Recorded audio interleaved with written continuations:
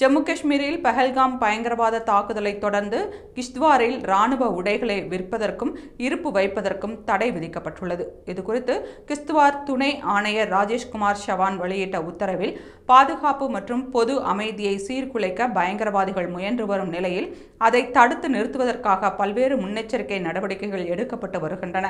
அதன் ஒரு பகுதியாக கிஷ்த்வாரில் ராணுவ உடைகளை தைப்பதற்கு, விற்பதற்கு மற்றும் இருப்பு வைப்பதற்கு தடை விதிக்கப்பட்டுள்ளது. ராணுவ மற்றும் போர் ஆடைகளை வாங்கி விற்கும் அங்கீகரிக்கப்பட்ட தனியார் நிறுவனங்கள் அடுத்த 15 நாட்களுக்குள் தங்களிடம் உள்ள அங்கீகாரம் குறித்து எழுத்துப்பூர்வமாக அருகில் உள்ள காவல் நிலையத்திற்கு தெரியப்படுத்த வேண்டும். ஒவ்வொரு டீலரும் ராணுவம், போலீஸ் ஆடைகள் விற்பனை தொடர்பான முறையான பதிவேட்டை பராமரித்து டீலர்கள் ராணுவ உடைகளை வாங்குபவர்களின் அடையாளத்தை சரிபார்க்க வேண்டும். பதிவேடுகளை ஆய்வு செய்யும் அதிகாரம் தாசில்தார், மேஜிஸ்ட்ரேட், உதவி சப் இன்ஸ்பெக்டர் உள்ளிட்டோர் மற்றும் அதற்கு மேற்பட்ட போலீஸ் அதிகாரிகளுக்கு வழங்கப்பட்டுள்ளது என்று தெரிவித்தார். மேலும் போர் சீருடைகள் ஆயுதப்படைகளின் உண்மையான உறுப்பினர்களுக்கு மட்டுமே வழங்கப்படுவதை உறுதி செய்ய வேண்டும் என்றும், உத்தரவை மீறும் நபர்கள் மீது கடுமையான தண்டனை எடுக்கப்படும் என்றும் ராஜேஷ்குமார் கூறினார்.